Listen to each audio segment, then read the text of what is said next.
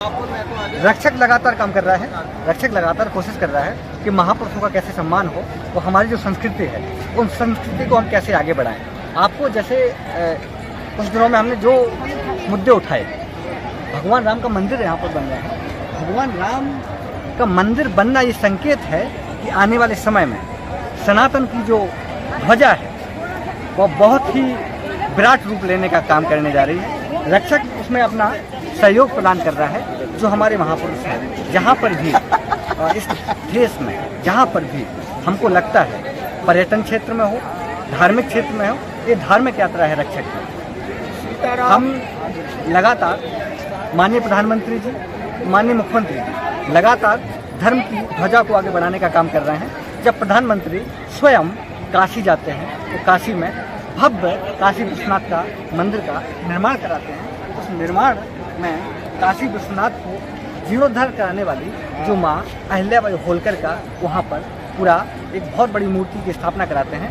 ये संदेश है कि जिस मंदिरों जिनको भी जिन महापुरुषों ने अपना तन मन धन अपना पूरा राजकोष लगा दिया, उनका भी हम लोगों को सम्मान करना है। उस सम्मान के साथ में हम लगातार ये कोशिश कर रहे हैं कि क्षेत्रीय प्रतिनिधि, जनप्रतिनिधि, उस सरकारें लगातार काम कर रही हैं कि धर्म को कैसे आगे बढ़ाया जाए और लगातार अपने जो पुराने मंदिर हैं, पुराने जो अपनी धार्मिक एक परंपरा है, उसको हम लोग कैसे आगे बढ़ाएं। इसमें प्रधानमंत्री जी अपना लगातार सहयोग कर रहे हैं। माननीय मुख्यमंत्री जी भी लगातार अपना पूरा ताकत लगाए हुए हैं।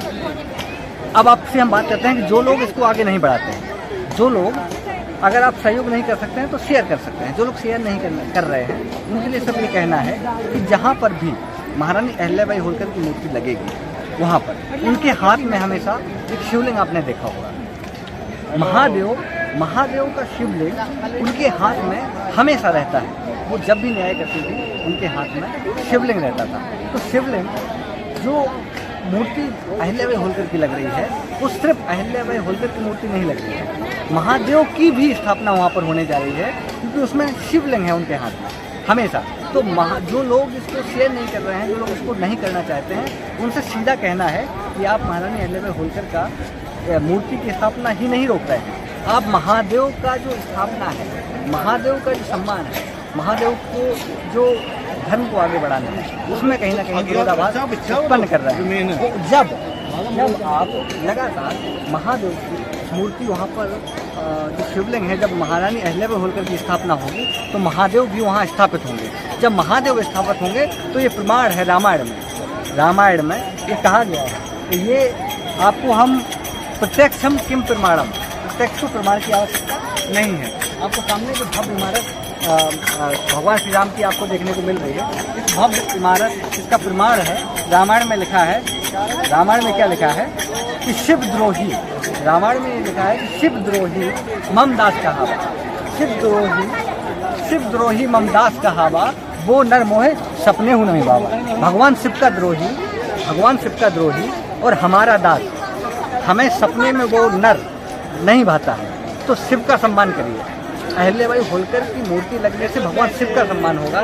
शिव की जब मूर्ति लगेगी तो भगवान राम स्वयं प्रसन्न होंगे। जब भगवान राम प्रसन्न होंगे तो हनुमान जी महाराज वहाँ पर अपने विशाल रूप में आकर के नाचेंगे। उस देश का विकास होगा, इस प्रदेश का विकास होगा।